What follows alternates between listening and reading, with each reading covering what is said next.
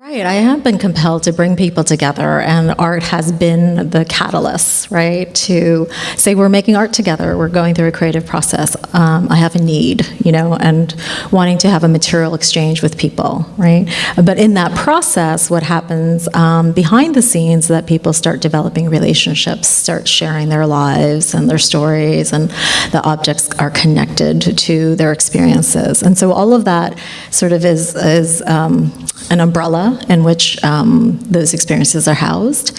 And then life goes on outside the project. But today I do find that it's, communities are more vulnerable, right? And I do find that a lot of the ideas that were maybe embedded in the work seem to come more readily forward because people are consciously thinking about it.